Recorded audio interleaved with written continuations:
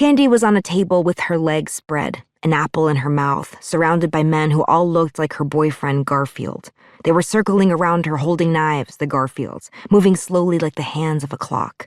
Surrounding her, there were plates and plates of food, plump grapes, various pearly meats and cheeses, champagne. They were all going to eat her and the food, and she could do nothing about it. She was frozen. The main Garfield, as was her impression, the leader of the pack, crawled over the table and spread her legs farther, a knife in his hand, his face without emotion.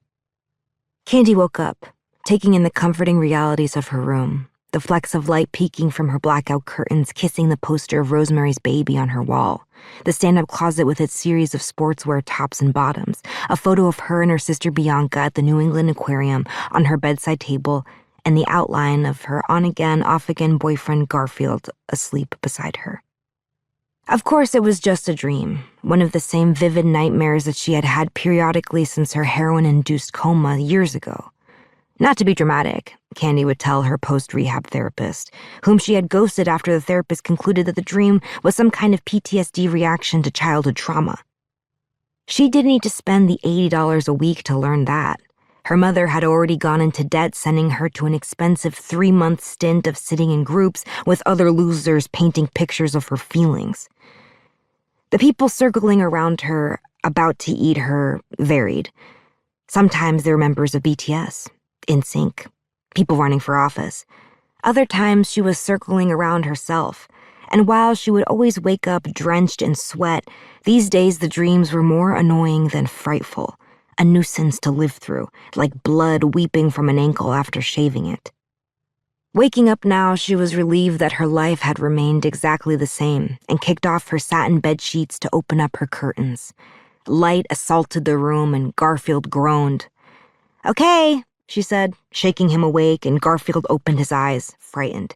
"You need to get out of my house." She tried to ignore the stupid Snoopy tattoo underneath his dark nipples, her name emblazoned below. He had come to her the night before with a ceramic vase holding roses, crying about how he wanted to start a family. "How are we going to start a family, Garfield?" she had said, placing the vase unceremoniously on top of her fridge. "If you don't ever have sex with me." Garfield pulled on a pair of jeans and a shirt with holes in it. "Will you think about what I said?" He tucked his shirt into his pants, as if that helped with the state of the shirt. "Yeah, sure," Kenny said, taking off her underwear and bra without a sprinkle of self-awareness or sexuality, like Garfield was her sibling. "I will definitely think about it." She wrapped a large, black, fluffy towel around her body that she had purchased compulsively online. It was supposed to dry your skin in a less harmful way or something. Garfield walked up to her and embraced her, tattoos on his arms reminding Candy of pesky water bugs. "I love you," he said, which Candy responded to with a large sigh, as if to a canvasser for Amnesty International. She broke away from him and fastened a shower cap over her head. "Bye, Garfungus." There are 10 crucial minutes after a heroin overdose that are essential for saving your life.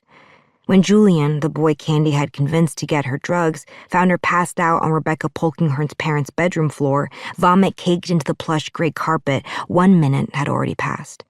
When he called her sister Bianca, 3 minutes had passed.